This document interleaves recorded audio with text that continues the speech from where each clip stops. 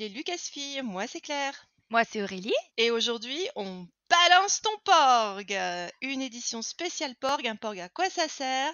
Eh ben, on vous dit tout sur le porg. Même des choses que vous n'auriez jamais voulu savoir. Effectivement, vous saurez tout sur le porg. Bon, alors, quand les porgs ont fait leur apparition, tout le monde se dit, wow, ça sert à quoi? C'est quoi cette bestiole toute nulle?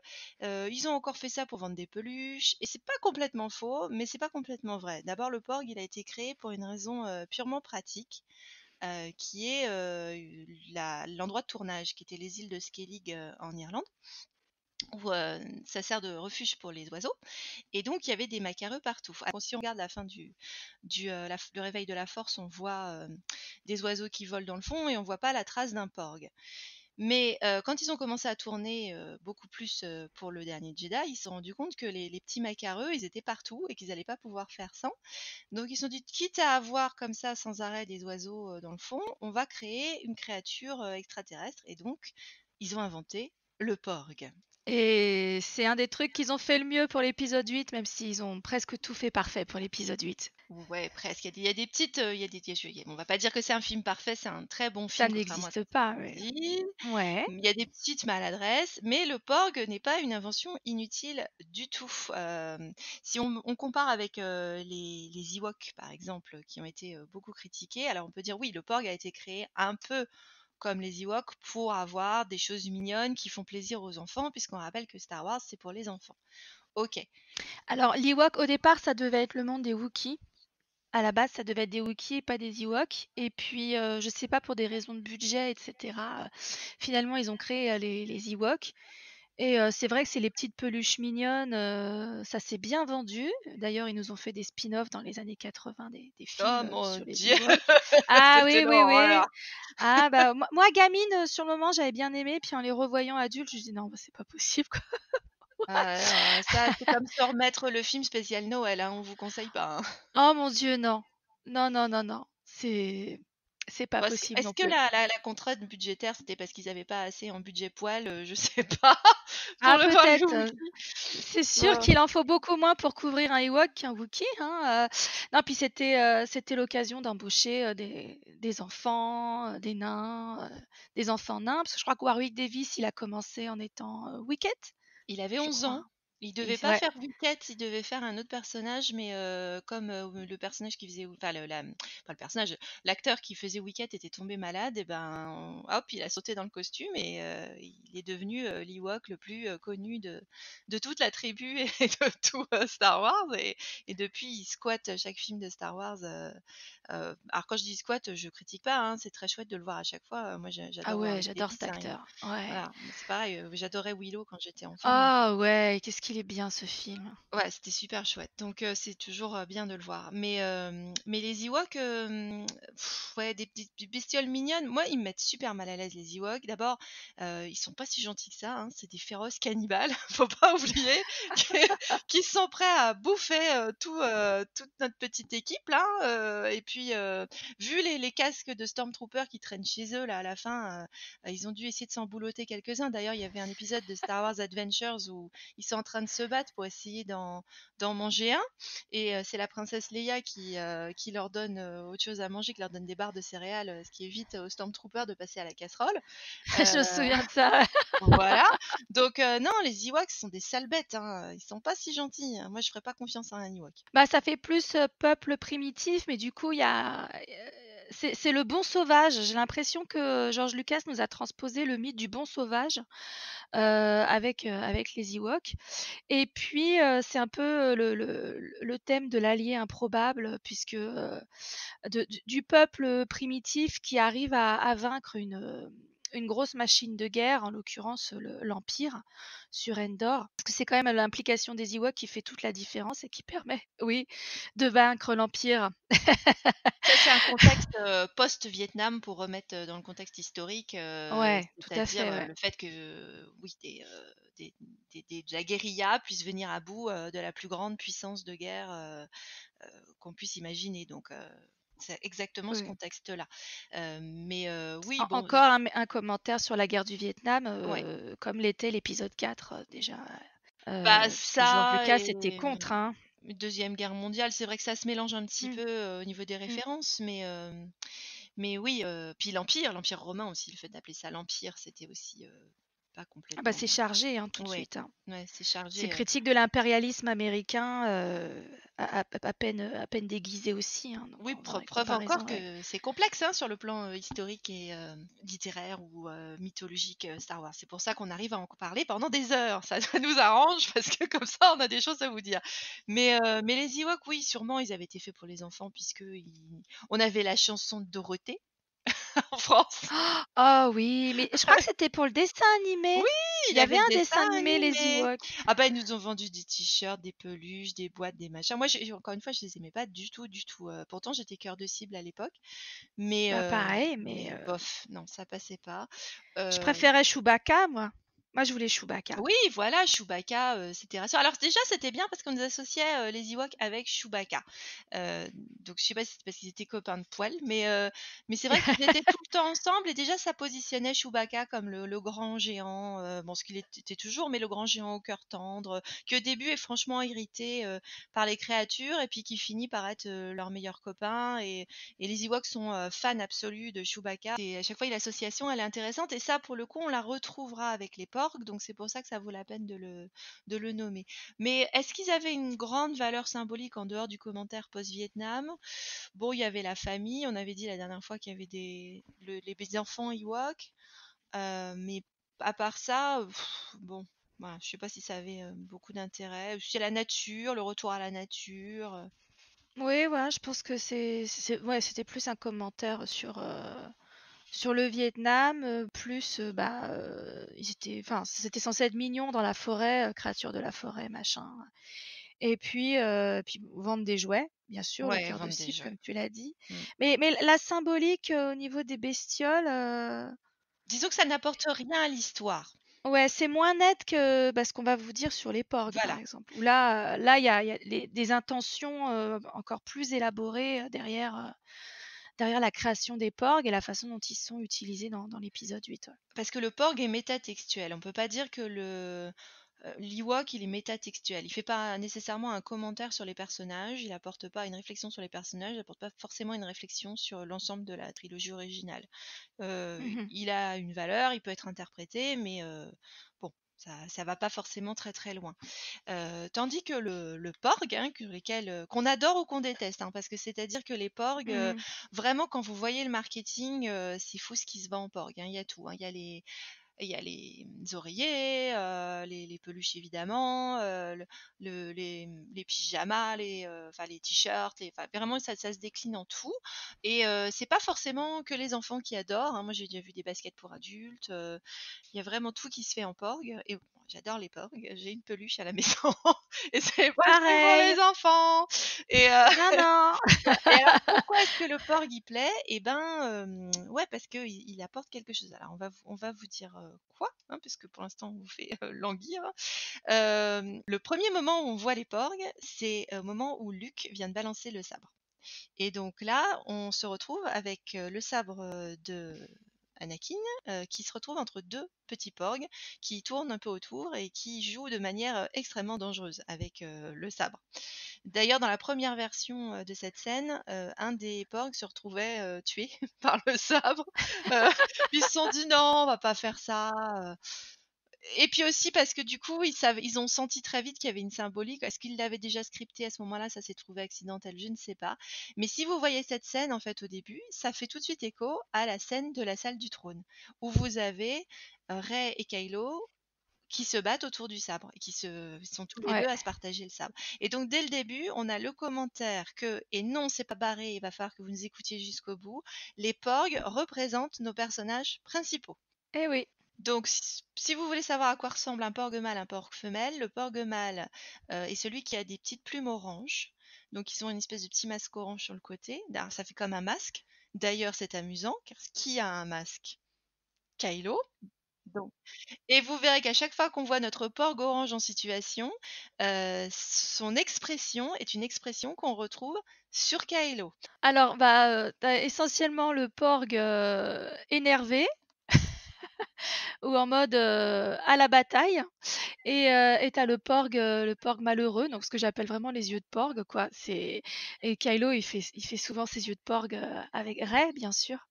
Bah oui. Bah, notamment la dernière scène, quand, il la regarde, partir sur le faucon et qu'il est là en train de lui dire, avec ses yeux, «Non, ne m'abandonne pas, ne me laisse pas!»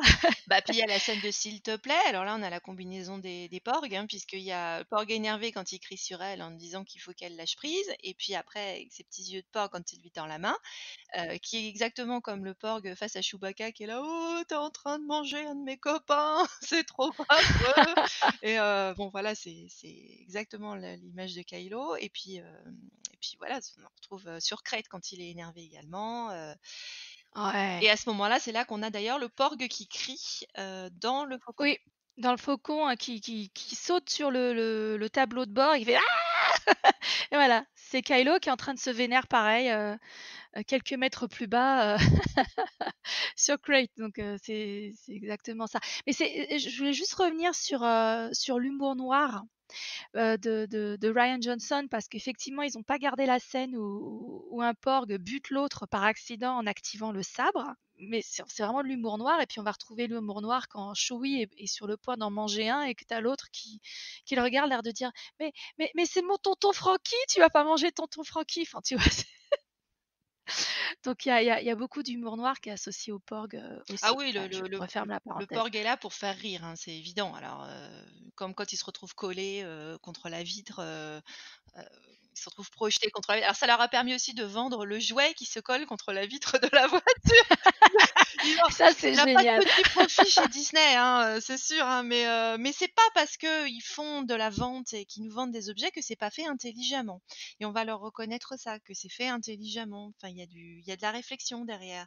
Oui, il y a le côté, purement, Picsou, hein, d'essayer de nous prendre tous nos sous et nous vider le porte-monnaie, certes, mais il y a quand même de la réflexion et de la symbolique derrière. Donc ça, c'était alors les parallèles, on les retrouve aussi dans l'univers étendu, dans les BD. Alors je vous recommande tout particulièrement la série Star Wars Adventures, qui est très bien dessinée, qui est très sympa, et qui adore faire des allusions aux Porg. On les retrouve sans arrêt avec Rey et Chewbacca. Il y a eu plusieurs épisodes de fait. On les retrouve également, on va revenir un peu en détail après, mais on les retrouve également dans la série, animée, Forces of Destiny, donc les forces du destin, qui est une série, marketée pour les filles. Bon, pas pourquoi, mais parce que c'est surtout centré sur les personnages féminins. C'est que les personnages féminins, mais c'est quand même de l'aventure, donc les petits garçons, ils peuvent apprécier aussi, Ouais, mais parce que ça pulse pas mal, hein, les épisodes, ils sont quand même bien rythmés et c'est tout. parce que c'est vendu comme, Strong Independent Women, c'est pour ça, et qu'en plus c'est Ah ouais. violet et orange, et c'est donc pas pour les garçons. Non, mais en fait, vous pouvez complètement les regarder effectivement, mais si vous êtes, OK avec le fait de voir, des filles dans chaque épisode, alors c'est pas seulement des filles dans chaque épisode, il y a une exception à la règle, c'est Chewbacca. C'est Voilà, vrai, et hein. pourtant c'est pas une fille, hein, Chewbacca. Et ben, il a ses épisodes dédiés dans Force du Destin, et quand on le voit, c'est avec les porgs. Parce que Chewie et les porgs, ils vont ensemble, hein. C'est comme, Michel Mabel sont les mots qui vont très bien ensemble. Et ben, Chewie et les porgs, on peut pas les dissocier, hein. D'ailleurs, ils sont souvent vendus ensemble sur les produits dérivés. Et puis la Mmh. troisième chose qu'on voit, enfin il y en a une autre d'ailleurs, mais la troisième chose qu'on voit sur les produits, les produits dérivés de l'univers étendu, c'est également la série, nouvelle série, Roll Out, où ils ont transformé tous les personnages en petites boules façon BB-8. Et la deuxième série qui a été faite, la première était sur BB-8 dans la jungle, sur, Ouais, ils étaient bien aussi ceux-là, ouais, ouais, mmh. alors, j'ai plus la planète là, Dakar, c'était sur Dakar. La deuxième série, c'était sur Acto, entre Chewbacca, les porgs et une créature, marine. Ouais, une partie de pêche qui part en Ouais, cacahuète, ouais. exactement. Et le dernier produit dérivé auquel je pense, c'est un livre qui a été fait pour les enfants qui s'appelle Chewbacca et les porgs. Ouais, on peut pas faire plus clair, hein. Voilà, où on retrouve, l'aventure, bah, de Chewbacca, parce que pendant que Rey faisait son aventure, bah, Chewbacca il faisait pas grand-chose. Alors il avait le temps de se balader avec les porgs et puis d'apprendre, avec les porgs, il faisait partie de pêche, et puis il est passé de, bah, il les mange parce que j'ai rien d'autre à faire, puis il y a rien à manger, à s'intéresser à eux et à devenir leurs copains, parce qu'il les a quand même très vite, laissés prendre, une place importante, qui est, justement la place du faucon, mais ça a aussi aussi, on va y revenir rapidement. Donc, quels sont justement les points communs, la thématique qu'on retrouve entre chacune de ces dérives de, du thème des porgs? Eh ben, il y en a 4. Donc, il y a toujours un rapport avec Chewbacca, donc on va le repréciser. Il y a un rapport avec les sabres laser, le sabre laser et la force, le nid Mhm. et le faucon Millennium. Alors, on commence avec la force. Donc, on a tout de suite mentionné que la première apparition des Porgs est liée à l'arrivée du sabre, enfin à la perte du sabre laser, et Rey qui est obligé de réclamer le sabre laser. Et ils sont autour, donc ils encadrent le sabre laser qui est le l'objet symbolique de la force, on va dire le vecteur de la force d'une certaine manière. Mhm.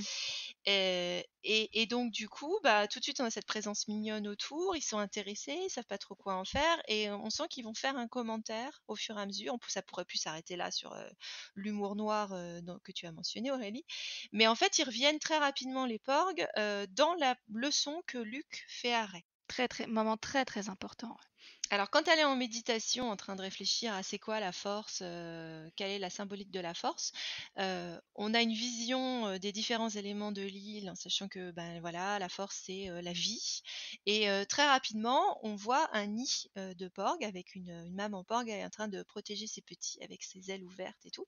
Et ensuite, elle doit tout de suite reconnaître que la force c'est également la mort. Et là, à ce moment-là, on a un nid vide avec des œufs qui ont été cassés. Donc les porcs sont tout de suite présents dans cette imagerie de la force.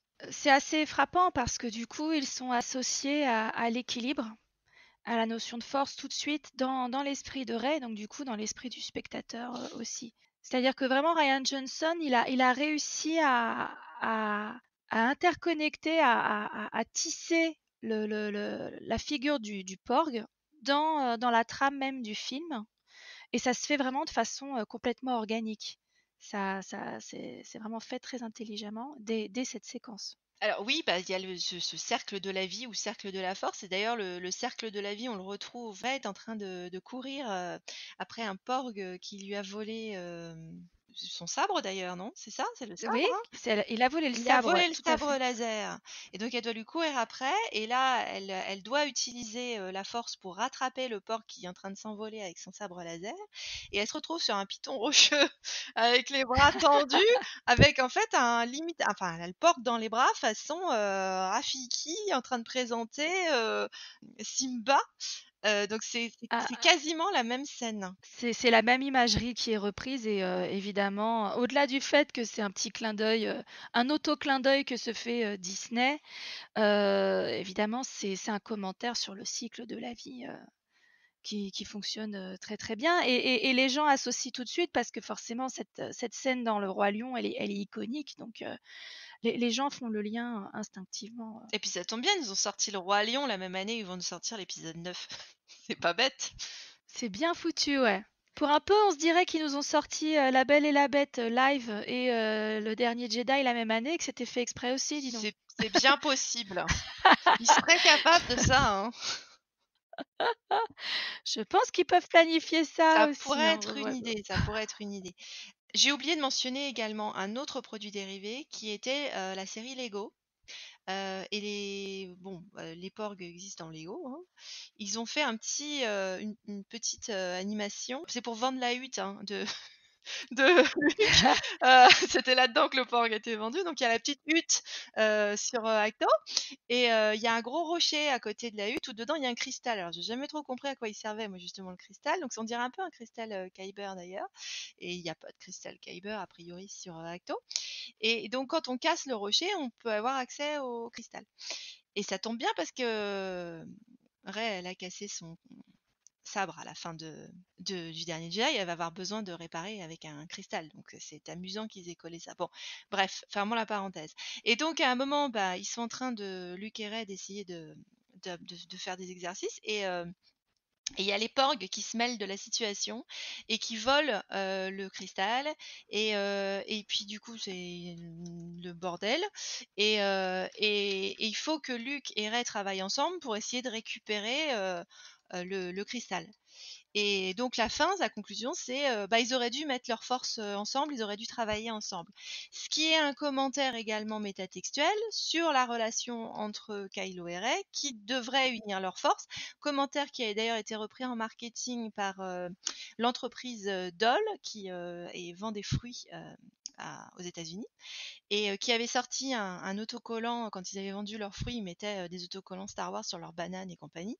Et on voyait d'un côté Rey, d'un côté Kylo, et au milieu, il y avait marqué pour une galaxie en bonne santé, unissez-vous.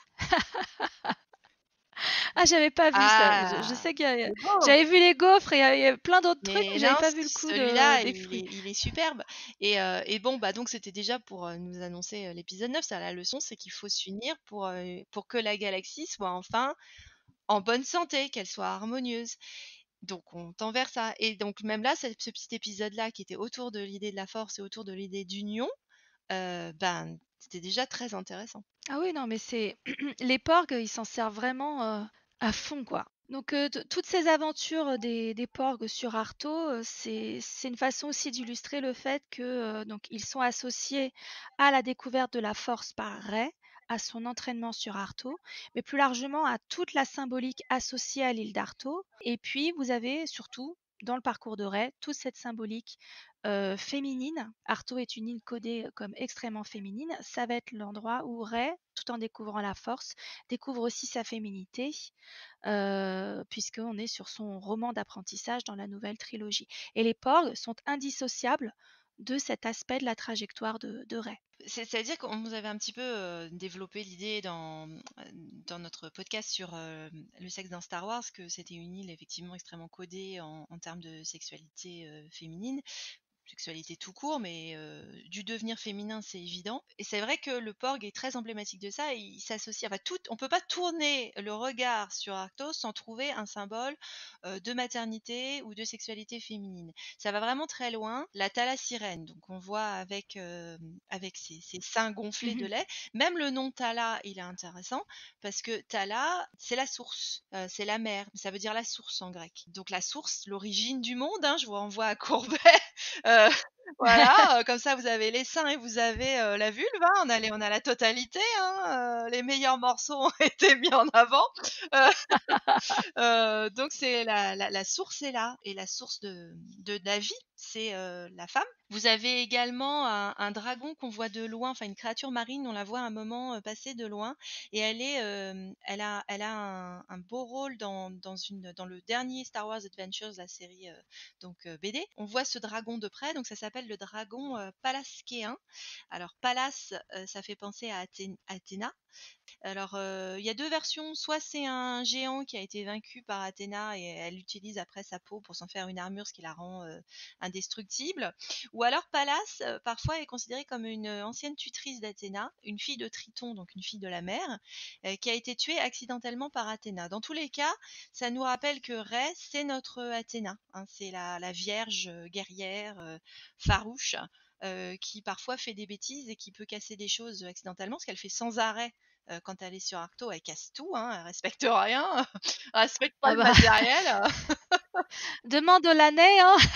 Les Lanais, c'est les gardiennes, hein, oui, on vous reprécise. Ah oui, oui, les gardiennes du temple, etc. Et bah, elles ont un peu une dent contre Rey, hein, parce que c'est vrai que Rey, Je suis pas sûre qu'elles aient des elle dents. casse tout, quoi. Elles ont pas de dents. Mais par contre, clairement, elles en veulent à Rey, hein, parce que elle leur facilite pas la vie, hein, aux gardiennes. Il faut qu'elles reconstruisent des trucs derrière elles. Enfin, on voit sans arrêt qu'elles doivent penser que elles doivent être fâchées après Luke pour avoir fait venir une fille qui sème la désolation autour d'elle, ce qui lui fait un beau parallèle avec Kylo, qui a la réputation de tout casser Oui, également.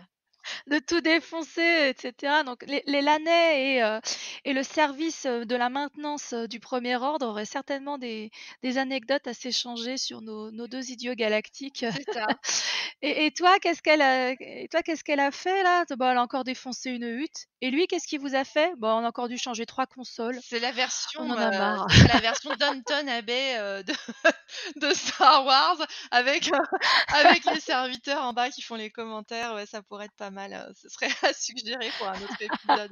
Mais d'ailleurs, au détail croquignolet, dans la novélisation, Luc présente Rey comme sa nièce. et elle est Ouais. vue comme la nièce, qui fiche le bazar et alors bon, non, ça veut pas dire que c'est sa nièce en vrai, mais par contre, nièce par Ah ouais. alliance. Ah bah oui. Il a pas de bol avec ses Puis c neveux, hein, Luc, c'est sûr. vu qu'elle sème le même bazar que si son neveu était là, C'est ça. finalement, elle fout la merde comme Kylo s'il était venu, c'est Bah, elle exactement fout un pareil. peu la merde à cause de Kylo, j'ai envie de dire, hein, parce que la fois où elle tire dans le, dans la hutte, bah, c'est parce qu'elle essaye de le viser, quand elle est en train de s'entraîner, c'est pour évacuer, sa frustration sexuelle. Exactement, Mais en plus, bah, c'est exactement ça, elle hein. a exactement la même gestuelle que Kylo. Les gens qui étudient, les chorégraphies, ont souvent mis en Mmh. valeur le fait que, tous les 2 finissent par avoir les mêmes chorégraphies. Et c'est d'ailleurs ce que repère Luke, quand Oui, il la voit, s'entraîner. Le fait qu'il bug en la voyant s'entraîner avec le sabre, c'est qu'il doit avoir l'impression c'est ça. de revoir Kylo quand il était padawan et qu'il s'entraînait au C'est ce sabre. que les gens ont pas très bien compris dans cette scène et pourtant c'est dit, plus tard explicitement parce que quand il lui fait l'entraînement et qu'elle a sa vision qui l'entraîne vers la partie obscure, de l'île, il le dit, texto, hein, qui est, «J'ai jamais vu ça avant à part chez Ben». Ouais. Donc c'est, vraiment précisé. Bon, on a pris un petit détour parce qu'on était sur les dragons, pelasgiens. Donc le dragon pelasgien dans le petit épisode, de Star Wars Adventures, en fait, Rey, elle est en train d'essayer de montrer qu'elle est, super costaud et qu'elle peut soulever des cailloux, hein, parce que c'est vraiment son obsession et en fait, elle refout le bordel puisque en soulevant son caillou, il y a un dragon pelasgien qui sort et qui commence à essayer de mettre la zizanie sur l'île parce qu'il est super vénère. Parce qu'en fait, on se rend compte grâce à un couple de porgs que, là où elle a soulevé son rocher, il y avait un nid en dessous avec des bébés et des œufs et donc elle est allée, gêner, une mère avec ses petits et il faut remettre en place le rocher pour protéger le nid, protéger la vie. À ce moment-là, le dragon, s'éloigne. Donc encore une fois, quand on voit un monstre, c'est un monstre marin associé à la maternité, comme la thalassidène, parce Mmh. que généralement on donne du lait que quand on a été mère, hein, donc c'est Là, tu la sirène, bien sûr qu'elle vient d'avoir des petits, hein, à l'évidence. mmh et donc la Palaskienne, c'est pareil et les porgs, c'est pareil puisque quand on voit un porg, généralement, il y a le nid pas loin. Et ce qui est très intéressant, c'est que cette scène dans la bande dessinée fait écho à un épisode de Forces of Destiny avec Padmé, Oui, où tu as une créature qui ressemble à c'est Godzilla, ça. qui est en train de foutre le bazar pareil, qui est en train de s'attaquer à Un hangar. un espèce d'entrepôt, un hangar, au bord de l'eau, au bord d'un lac, hein, sur Naboo, et les gardes n'arrivent pas à s'en dépêtrer et Padmé arrive et avec sa compassion et son sang-froid, habituel, elle prend, la situation, elle estime la situation et elle se dit: «Mais attends, si cette créature n'a jamais attaqué, ce sont des créatures pacifiques, normalement, il y a forcément quelque chose qui cloche». Et quand elle va dans le hangar, elle trouve le petit de cette Godzillette qui a été, volé par des contrebandiers qui vont sans doute vouloir le vendre, et cetera. Et donc en fait, la créature veut juste, récupérer son petit. Et donc Padmé libère le bébé et qui va rejoindre sa mère et tout est bien dans le meilleur des mondes, il retourne dans l'eau. Donc tu as à nouveau la mère, l'enfant, l'eau et le personnage féminin, le personnage principal, qui, rétablit, la situation. Alors c'est pas Padmé qui a, perturbé, la paix de cette petite famille, contrairement à Rey avec son rocher, mais c'est bien elle qui va rétablir la situation, ramener Bah, l'harmonie. d'ailleurs, Godzilla, dans la version 98, hein, de Roland Emmerich, donc celui qui avait commis Independence Day, était également une femelle qui était là pour protéger ses petits. Ils sont quand même arrivés dans le film Godzilla à nous faire limite verser notre larme quand à la fin le monstre il est tué parce qu'on se rend compte que bah, elle voulait juste défendre ses bébés et on a tué ses bébés et donc elle est drôlement vénère. Oui et du coup, à partir du moment où c'est une mère qui défend ses petits, j'ai presque envie de dire quelle que soit l'espèce, à un moment donné, tu vas avoir de l'empathie pour cette créature. Moi, ça m'est arrivé en voyant, Aliens, Alien 2, là, celui de James Cameron. À un moment donné, j'avais presque de l'empathie pour, la reine des aliens qui protège ses œufs, alors que bon, c'est des Ah créatures c'est quand même, perché là. mais Ça arrive à avoir de l'empathie c'est pour les perché. aliens. Bah, ouais, mais ça reste des créatures qui protègent ses petits. Mais là où ça fonctionnait pas tout à fait, c'est qu'en face, tu as Sigourney Weaver qui veut protéger sa fille d'adoption. Donc en fait, tu as 2 mamans face à face. Évidemment, on va quand même être dans le camp de Sigourney Weaver déjà parce qu'on est de la même espèce et puis c'est l'héroïne, on est avec elle depuis le début.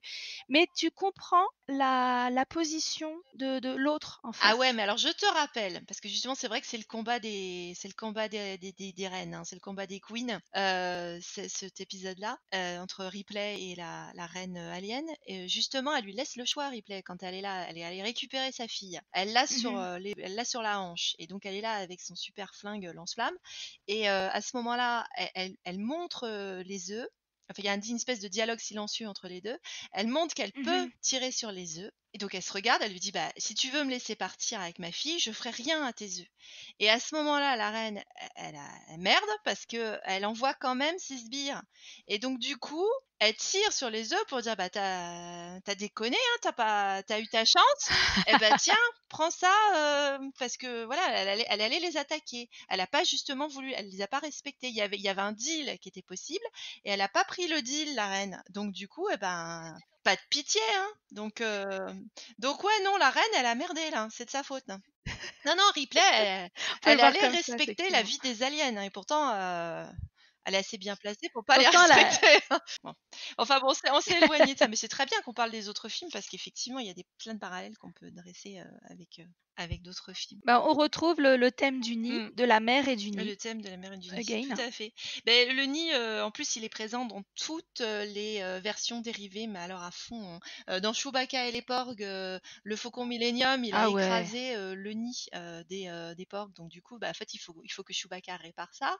Dans un des Forces of Destiny qui est dédié à Chewbacca avec ses relations avec les Porgs, et ben, il comprend pas pourquoi les Porgs, ils arrêtent pas d'aller lui tirer des fils électriques dans le Faucon et il sème la destruction dans son vaisseau, ça l'ennuie, et puis finalement, au bout d'un moment, il essaye de comprendre, et il se rend compte qu'ils sont en fait à la recherche d'une espèce d'algue bleue ou d'herbe bleue qu'ils n'arrivent pas Mhm, à atteindre, et du coup, les fils, enfin, les circuits du faucon ressemblent à ça, et donc ils essayent de le mettre dans leur nid parce que c'est indispensable pour eux, et il arrive à leur trouver l'élément dont ils ont besoin pour pouvoir récupérer lui ses circuits. Mais à chaque fois, ce qui est bien, c'est le fait mhm. d'arriver à comprendre l'autre, de faire l'effort d'un truc qui est super énervant, mais d'arriver à faire la démarche de comprendre l'autre, son point de vue. Ça, c'est super important. Aussi dans l'histoire de Star Wars, puisque c'est également la trilogie originale, c'est arriver à comprendre l'autre. Bah, que Luke arrive à comprendre son père, ce qui est arrivé à son père, et c'est ce qui au final, et à se retrouver dans le personnage de son père, se dire que ça aurait pu être moi, ça pourrait être mon destin aussi. C'est ce qui permet de connecter. Et qu'est-ce que fait Rey pendant tout l'épisode 8? Elle va vers Kylo. Elle essaie de comprendre Ben Solo. Et à partir du moment où elle comprend Ben Solo, elle voit un peu mieux le tableau. Elle va vers lui, elle tend la main vers lui. Et c'est vraiment le message aussi de la postologie. C'est essayer de comprendre l'autre, de développer cette empathie vis-à-vis de l'autre et se rendre compte qu'on n'est pas si différent et qu'on peut trouver un terrain d'entente ou C'est plus réparer difficile ses de erreurs. détruire quelque chose qu'on comprend également. Je pense que c'est ça aussi, cette idée-là. Mhm. Autre nid qu'on pourrait avoir dans les versions, dans les autres versions. C'est le film Ah après, bah hein. oui, le film. Alors oui, ah bah c'est le gros morceau, c'est-à-dire la transformation du Faucon Millenium en nid de porgue.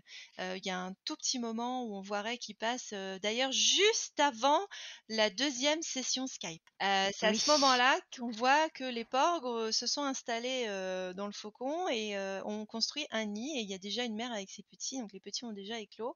Et Ray passe juste à côté, on voit ses jambes qui passent. Et après, elle sort sous la pluie et c'est là qu'on a la scène la plus sexy. Ouais, ouais, ouais.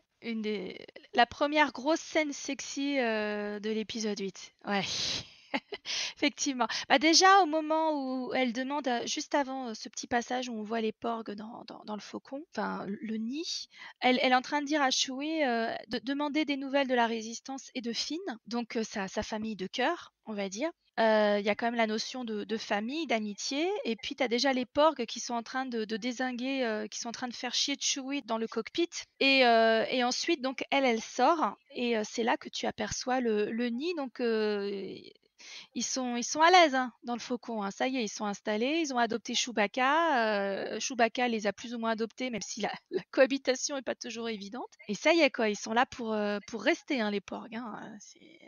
Ça montre aussi que, Chewbacca, Rey, le Faucon, sont intégrés à l'île. Il y a une relation organique entre l'île et Rey, et cetera, Chewbacca. C'est une adoption, mutuelle, on a l'impression, en fait. Ouais, ils ont bien colonisé le faucon, ouais, ça c'est sûr. Puisqu'ils le quittent pas, hein, et c'est une espèce indigène à Acto, et bah, ils sont prêts à aller s'aimer et coloniser ailleurs grâce au faucon. On va retrouver des porcs dans toute la galaxie! Ouais, c'est d'ailleurs un grand questionnement, moi, pour l'instant, c'est que le fait qu'on n'en ait pas encore vu un, c'est vraiment, j'espère qu'ils vont trouver. Parce que vu qu'ils sont présents dans tout ce qu'on voit jusqu'à présent en série, d'ailleurs, on les voit dans le filler, donc dans le bouche-trou, là, entre l'épisode 8 et l'épisode 9 dans la bande dessinée Poe. On voit Rey Ouais. qui est avec un petit porg dans les mains, elle dit oh, elle trouve ça adorable. Enfin, c'est la première fois qu'on la voit vraiment avec un porc d'ailleurs, à part dans la petite scène avec Mmh. les sabres laser, ou dans les dessins animés, mais je veux dire, Ouais. c'est vrai que bon. Et donc elle est là avec le porg, et le porg lui sauve la mise à un moment d'ailleurs. Je pense qu'encore une fois, c'est une procuration pour Kylo, hein. Parce qu'il Ah y a oui! un moment, il y a Poe qui commence à lui faire une pauvre drague de relou de naze. Ouais, Ah toi et moi, on a ouais! des choses en commun, on a été torturés par Kylo Ren. Et puis il se rapproche un peu d'elle de manière un peu trop près. On la sent pas d'ailleurs super à l'aise. Et à ce moment-là, il y a le porc qui. Elle est pas à l'aise Non. avec lui, ouais, Et ouais. là, il y a le. Cette première Ouais, interaction, elle est on sent pas que ça va pas faire des étincelles, hein. Et donc à ce moment-là, le porg, il se met entre deux, et puis il se met à battre des ailes et à faire son cri de porg là. Et quasiment, ouais, c'est Kylo jaloux qui dit non, mais attends, ça va pas le faire. Là, tu t'approches pas de ma gonzesse. «Pas touche à ma nana!» Le Exactement. pi le flyboy là, le pilote à la mort moelleux: «Tu t'approches pas de ma gonzesse!» C'est exactement ça. Et ils le font pas, ils font exprès, hein. Enfin, je veux dire, c'est vraiment pas de la coïncidence, hein. À chaque fois, ils arrivent à les Ah mettre. bah, bien sûr que Bah, non. quand on a autant d'occurrences de porg dans des situations très précises, bah, il faut plus se poser de questions, hein. D'ailleurs, un des épisodes aussi qui sert de bouche-trou, juste avant la scène où Rey va retrouver Kylo sur le Suprématie. Là, on voit les porgs en pleine activité, en train de se brosser les dents, de fouiller. Ils sont en train de se faire tout beau. Ils sont en train de fouiller le faucon, et puis ils sont là, ouais, ils se font beaux, ils se brossent les dents, ils sont très jolis. Ils sont en pleine parade nuptiale amoureuse, et ça tombe bien parce que qui c'est qui va se mettre du mascara, se brosser les dents, se coiffer? Ben, c'est Rey qui va aller retrouver Kylo. C'est exactement pareil. Elle va mettre son gloss, elle va faire sa bouche de princesse, dans son cercueil Blanche-Neige là. Voilà. Ouais, non, mais c'est ce qu'il y a, c'est que ils sont omniprésents dans le film, ils sont là à chaque moment clé ou presque, ou alors leurs interactions, préfigurent des moments clés, du film, et ils sont présents dans quasiment tous les supports de l'univers étendu et même omniprésents, donc c'est ils n'ont pas choisi, l'animal, au hasard, et la symbolique derrière l'animal, elle est utilisée, à fond, quoi. Vraiment, ils ont banqué à fond sur le porg, et pas uniquement pour des raisons mercantiles. Là, je veux dire vraiment au niveau symbolique, au niveau narratif, et sur les thèmes de la nouvelle trilogie. Pour faire clair, le porg représente une chose, c'est la compulsion à se reproduire, c'est la nécessité de se reproduire. Et à chaque fois qu'il apparaît, c'est par rapport à ça. Il est associé à la vie, il est associé au nid, il est associé au petit, à la parade nuptiale. Donc le porg est une part enfin, vraiment intégrale de l'éveil de la sexualité de Rey, de son parcours d'héroïne féminin, de son rapprochement avec son âme sœur qui est Kylo, du fait qu'ils vont passer à l'âge adulte ensemble et construire une petite famille ensemble. Et oui, parce qu'on a de petits couples de porg, hein, bah là justement dans Star Wars Adventures, c'est là qu'on peut commencer à parler du rôle de Chewbacca qui est essentiel. Mais quand Rey est en train de se battre contre le dragon palaskien qui défend son nid, le petit couple de porg, d'ailleurs la femelle est affamée, c'est amusant, Bah, hein, serais-tu pas enceinte? c'est Rey qui a tombe enceinte.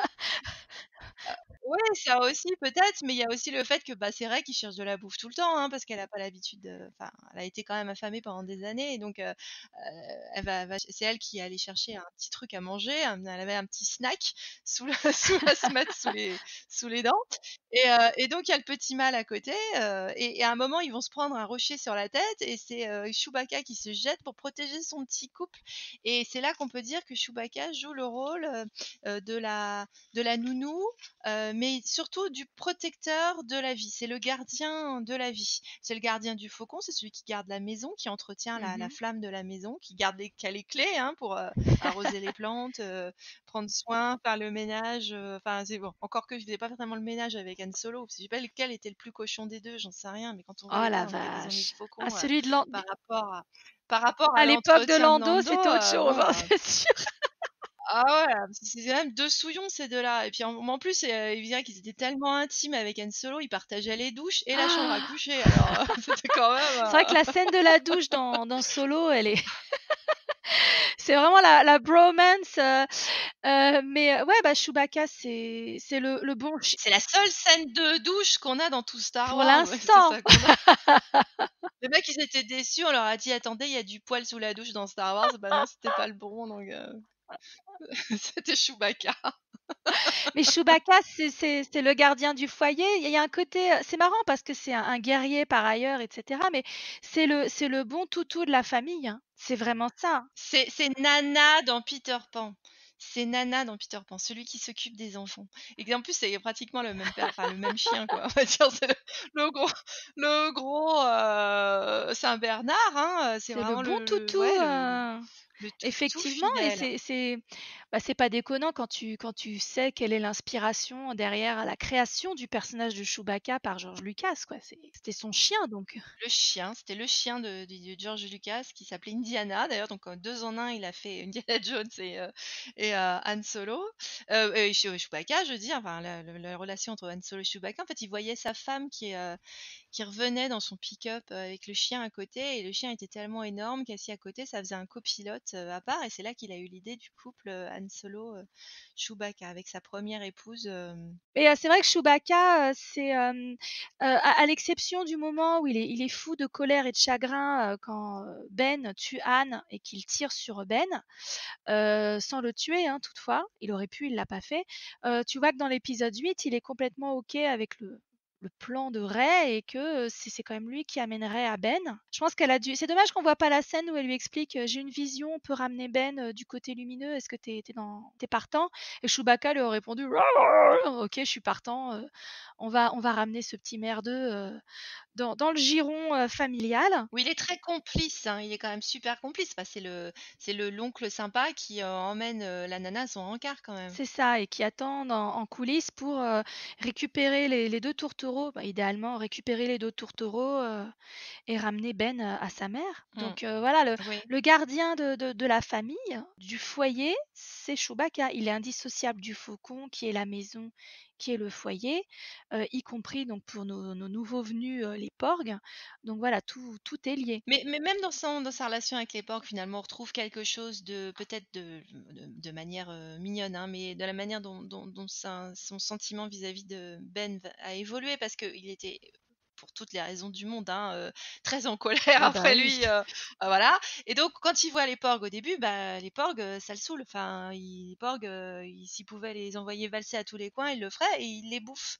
Donc il les considère pas, au début comme quelque chose de sympathique ou enfin il cherche pas à les trouver mignons ou à créer un lien avec eux et en fait il se réconcilie avec et il les adopte et il les remet dans le faucon et ils deviennent une partie de sa vie de la même manière que ben il y a une réconciliation qui est à faire avec Ben. Et qui va se faire, je pense, de la même façon. C'est-à-dire que Chewie, il s'est attaché au porg, mais il a un côté un peu vieil oncle qui ronchonne, qui montre pas forcément ses sentiments ouvertement. Mais l'attachement est là. Et faut ramener Ben à la maison, donc Voilà, je pense que tu m'ôtes les mots de la bouche. Il faut ramener Ben à la maison. Et ramener Ben à la maison, c'est ramener Ben au faucon. Et là, dans le faucon, c'est ce qui se passe. On fait son nid. exactement. Donc c'est bon, c'est ce que nous on pense que c'est ce qui va se passer, hein.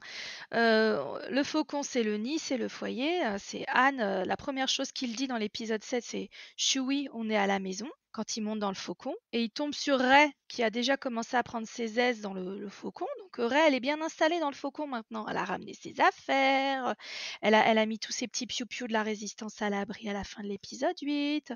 Le seul qui reste à la porte du faucon depuis 2 films déjà, c'est Ben Solo. Donc dans le 3e film, bah, ce coup-ci, il va franchir le seuil de la maison, il va revenir à la maison. Ah, elle est présente symboliquement par son double porg. Exactement. Le porg, lui, il est déjà installé. Il C'est n'y a plus qu'à ramener le vrai. Dr Kylo et Mr Porg. C'est un peu ça. C'est la dualité qui est au cœur de la déchirure qui est au cœur du personnage de Kylo, de son conflit. Donc moi je suis persuadée qu'on va ramener Ben dans le Faucon Millenium avec les Porgs, avec Chewbacca à la fin de l'épisode 9. Si un porc se retrouve avec une cicatrice, alors là, banco. Hein. Ah ouais. Ah, le deal est scellé. C'est ça, alors là, complètement. Complètement. Mais même en parlant quand on avait parlé des créatures qui peuplent l'île, on a oublié de parler, on en a parlé très rapidement, mais les Lanais, donc les gardiennes, Mhm. qui sont des créatures qui sont de la même espèce éloignée que des porgs, un peu comme nous avec les chimpanzés ou les bonobos. Les Lanais, les gardiennes, elles sont un peu en costume, on dirait des infirmières, hein, un peu les sages-femmes qui sont là pour l'accouchement, ou les nannies Mhm. anglaises, hein, c'est un petit peu leur. D'ailleurs, elles se baladent avec une brouette, un peu comme elles pourraient balader le bébé dans sa poussette, et elles sont associées à quelque chose qui a été malheureusement coupé dans la version finale. Le film était déjà très long, mais ils l'ont filmé et c'est présent dans la novelisation, c'est-à-dire que Rey, à un moment, décide de foncer. Alors, c'est une des leçons de Luke qui lui avait promis. C'est la C'est 3e ça, et leçon, qu'on ouais. n'a pas eu. Et donc, il lui dit que elle voit au loin des lumières sur la mer qui s'approchent d'un des villages des Lanais, et Luc lui explique que, bah oui, c'est des pillards qui viennent une fois de temps en temps pour semer la désolation dans le village. Alors, en écoutant que son grand cœur, bah, elle fonce sabre à la main pour aller dézinguer tout le monde. Et puis là, en fait, elle arrive en pleine cérémonie nuptiale, enfin de rituel de fertilité. En fait, c'est les mâles lanais qui reviennent d'expédition à la pêche et qui viennent tirer leur coup avec leurs femelles, en fait, tout simplement. Et donc, elle arrive là-dedans, puis son sabre laser, du coup, elle est obligée de l'agiter façon youhou, façon fait tourner les serviettes, façon fête de mariage, parce qu'ils sont là, ils la regardent, ils croient qu'elle vient faire la fête avec eux. Et puis, elle se retrouve même avec une scène de danse avec Luc qu'ils ont également coupé, où elle lui dit: non, mais attends, tu te fous de moi, tu m'as dit que c'était des pillards qui C'est venaient ça. semer la désolation. Et il dit: bah, d'une certaine manière, c'est un peu ce qui se passe. Sous-entendu, bah, quand ils viennent. Ça va baiser dans les chaumières cette nuit, hein. Exactement. Donc, c'est dommage qu'on n'ait pas eu cette scène-là. Et Chewbacca était déjà là, c'est-à-dire qu'en vrai, elle défonce la porte du village pensant arriver sur une scène de bataille, devoir protéger, voilà. Et c'est là qu'elle se rend compte que non, c'est la fête, ils sont en train de danser, Ah, bah, voilà. Chewbacca, c'est avec son punch, il est en train de boire tranquillou. Il est déjà là avec son punch avec R2D2, il est installé, il est comme un pacha là au milieu des Lanais, et elle le regarde et dit: «Sérieux? C'est ça. Tu sérieux?» Et Chewbacca est très bien intégré, hein. Ça y est, les Porgs l'ont adopté, les Lanais aussi. Il faut dire qu'ils créent moins de désolation que Rey, hein, sur l'île. Et elle est là: «Tu sérieux?» «Ouais, ouais». Donc Chewbacca, il est encore une fois associé à la famille, à la fête, à la maison, machin. Parce que là, tu as les mâles Lanais qui rentrent à la maison, qui font la fête, qui vont, bah, mettre des petits Lanais en route, hein, probablement dans la nuit. Les femelles sont ravies de voir leurs hommes, rentrer à la maison, Qui sentent bon le poisson frais. donc qui sont encore tout mouillés, hein, peut-être de la pêche. Donc tu as associé à la mer, à l'eau, au rituel de reproduction. Le mâle et la femelle sont contents d'être ensemble, ils vont mettre la prochaine génération en route, etc. C'est associé à Rey, à laquelle Luke propose une danse. C'est comme si elle dansait avec son père, et devine qui elle retrouve juste après, et elle lui dit: non mais j'ai vraiment pas envie de faire ça maintenant. Kylo, 3e session Skype où il est torse Ouais, nu. c'était quand même, bien placé, hein. Éveil sexuel, plus quoi donc voilà tout ça fonctionne ensemble, bien évidemment et donc les Lannais qui sont des parents éloignés des Porgs sont aussi associés à la fertilité, à la féminité, à tout ce qui se réveille chez Ray, de ce point de vue-là, sur Arto et c'est vrai que c'est dommage que cette scène ne soit pas là parce que du coup, dans le montage final parce que du coup les Lannais, on repart plutôt de l'épisode 8 avec cette impression que c'est des nonnes, alors que pas du tout, hein. Elles ont une vie sexuelle parfaitement épanouie, tout à fait saine, avec leur mâle qui reviennent de la pêche, Mmh. hein. Ça, c'était dommage que de ce point de vue-là, Rian Johnson n'ait finalement pas inclus cette scène dans le film, d'autant que c'est le moment où Ray recadre Luke en lui disant bah, pendant que tu me fais des blagues, tu me fais marcher, on a nos amis qui meurent pour de vrai dans la galaxie.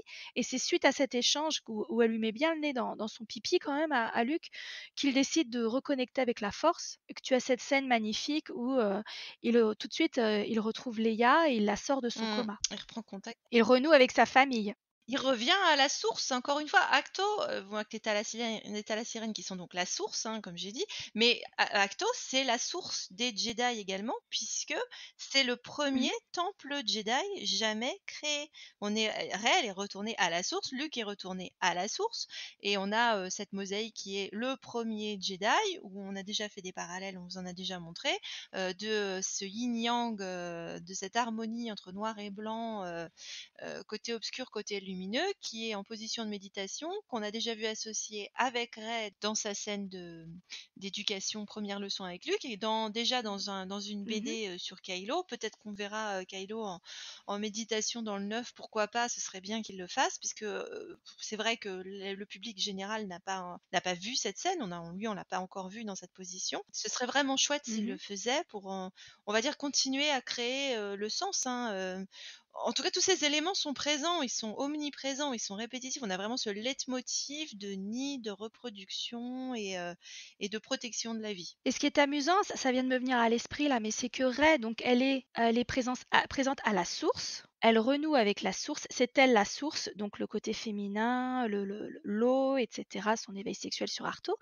Et Kylo, lui, c'est la semence, c'est le Oui, germe, puisqu'à un moment donné, c'est Snoke qui décidément, faut vraiment faire attention à tout ce que dit Snoke parce que en gros, il a posé il les sert à jalons quelque chose, sur hein. toute la nouvelle Il sert à quelque trilogie. chose, ce gros con. Il fait du méta-commentaire, hein, Ouais, ce gros con de exactement. Snoke, ce vieux dégueulasse et en fait, à un moment donné, il dit, «Skywalker vit», ça veut dire que le germe des Jedi vit et il est face à Kylo et il lui dit, ça veut dire que l'espoir vit dans la galaxie. C'est le moment où Kylo se relève une fois qu'il l'a électrisé, là, au début de l'épisode 8.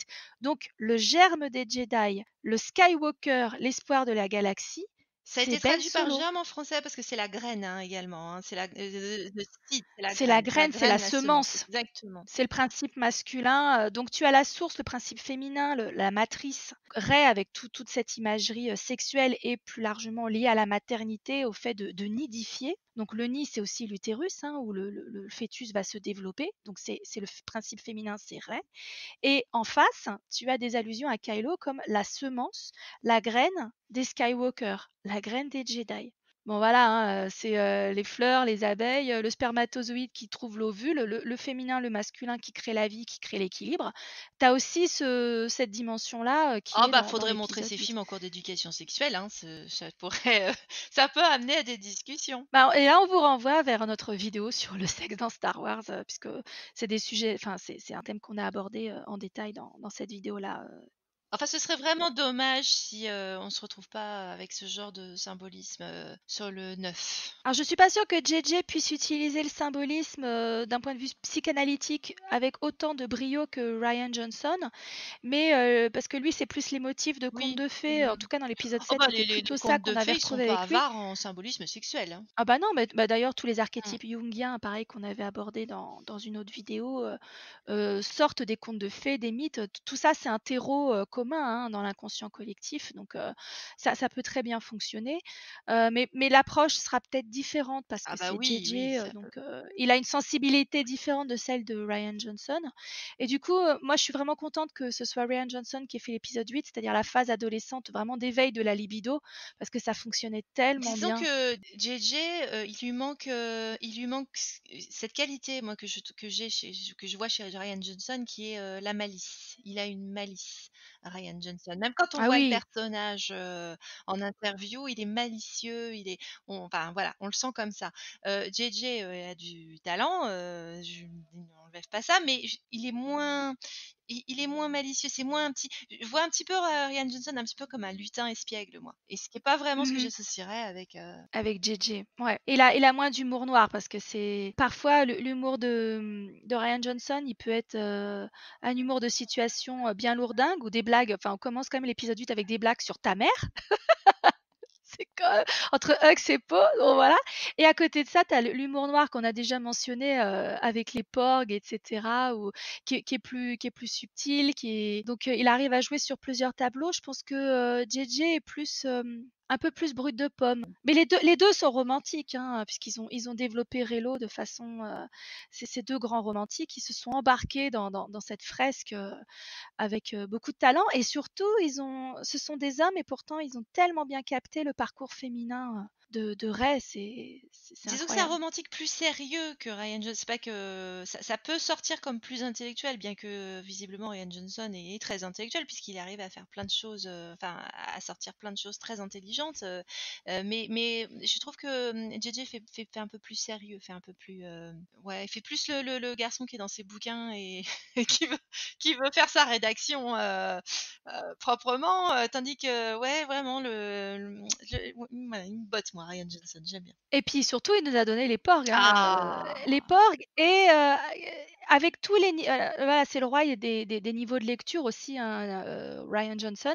C'est valable dans son film, dans son script, dans la cinématographie, la symbolique qu'il a utilisée et même un truc qui pourrait être aussi anodin que le porg, qui pourrait être vraiment utilisé 1er plan, une créature mignonne parce que, bah, il fallait, s'adapter à la présence des macareux, qui sont une espèce protégée sur une île classée au patrimoine mondial, etc. Donc, ils pouvaient vraiment pas faire ce qu'ils voulaient quand ils ont filmé les séquences d'Arto.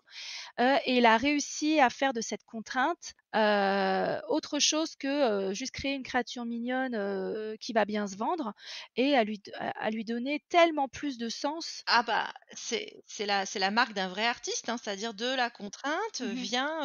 vient l'art, hein. Et il entraîne tout l'univers étendu avec lui, c'est-à-dire que Lucasfilm a vraiment s'est engouffré dans la brèche pour réutiliser ce motif du porg dans tous les supports ou presque, et continuer à accentuer le sens caché derrière le porg, c'est-à-dire le nid, la maison, la reproduction, la famille. Qu'est-ce qu'on est? On est sur la saga Skywalker, on est sur une saga familiale, générationnelle, donc il faut des histoires d'amour, il faut faire des enfants. Et voilà, donc on est complètement là-dedans. Ça appuie encore une fois le thème principal de la saga et de la nouvelle trilogie, hein. N'en déplaise aux Antilles, la nouvelle trilogie, c'est Rey et Kylo. C'est le dernier Skywalker qui va revenir du côté lumineux, qui va fonder la Ah prochaine bah, s'il y a pas génération. une allusion à un porg, à un moment ou à un autre du film, je crois que je le pardonnerai jamais à J. J. Abrams. Je vais pas aller Oh, je pense qu'il va réussir à je arcaser peux le pas porg. aller jusqu'à rêver de voir, un porc dans les bras de Kylo, hein, ou un porc perché sur la tête de Kylo. Bon, c'est peut-être un peu trop demandé, mais il y a pas. Heureusement, il y a le fan Bah, art pour ça, ouais, mais ça, c'est vrai qu'en fan art, on trouve des choses formidables, mais non, le porg est une source d'inspiration, hein. clairement, pour Lucasfilm et pour les Ah, pour fans, les fans, hein. ouais, ouais. Donc on espère qu'on vous aura un petit peu réconcilié avec ces petites bestioles. Ah si, on a oublié quand même une chose très importante, hein, quand même. Pour autant que j'aime les porgs, leurs bébés sont trop affreux. Ça, ça, Ah, ils sont pas c'est le mignons, hein, cauchemar. Faut quand ouais. même qu'on fasse allusion à ça parce que bon, on n'a pas critiqué les porgs du tout. Je vais faire cette critique-là. Le bébé est trop moche et je souhaite que les enfants de Kylo Ren soient beaucoup plus mignons. Je le dis tout de suite. Bah, après, tu as des bébés humains qui Oui, sont pas très beaux et puis oui! c'est le vilain petit canard, Ah, les hein. bébés Et puis, c'est peut-être une métaphore pour notre Ben Solo qui est le vilain oui, petit c'est canard et qui vrai. va se transformer en cygne. Ouais. Hein, jusqu'à présent, c'est un peu la brebis galeuse de la famille, hein, tu as quand même ce personnage, il vient d'une famille de ce sont des héros et cetera et lui, bah, il est la pomme, on a l'impression qu'elle est tombée loin de l'arbre, loin du pommier et on va se rendre compte dans l'épisode 9 que c'est pas du tout le cas. Mais pour l'instant, il a un peu ce statut de brebis galeuse slash vilain petit canard. Bon, on attend l'épisode 9 qu'il se révèle comme le cygne qu'il est vraiment. Ouais. Le cygne Mmh. Ah bah, là, noir, tu beau vas partir sur cygne, le la Skywalker. la parallèle avec le lac des cygnes alors, c'est Ouais, mais je vais ça m'arrêter là, fait mais mieux. ça pourrait être un méta, très intéressant, pour la prochaine fois puisque la princesse cygne, ça peut être Rey aussi, hein, Oui. donc le cygne blanc, le cygne noir, on pourra en Ah bah, reparler. quand on met On va faire un peu de teasing pour un prochain de toute façon, quand épisode. on met le doigt dans l'engrenage dans Star Wars, on y passe tout le bras, hein, derrière, hein, donc c'est pas possible. Ouais, Ça oui, n'est oui. pas possible. Regardez-nous, Voilà. à quoi on en est réduite! À parler des porgs C'est pendant 1 heure.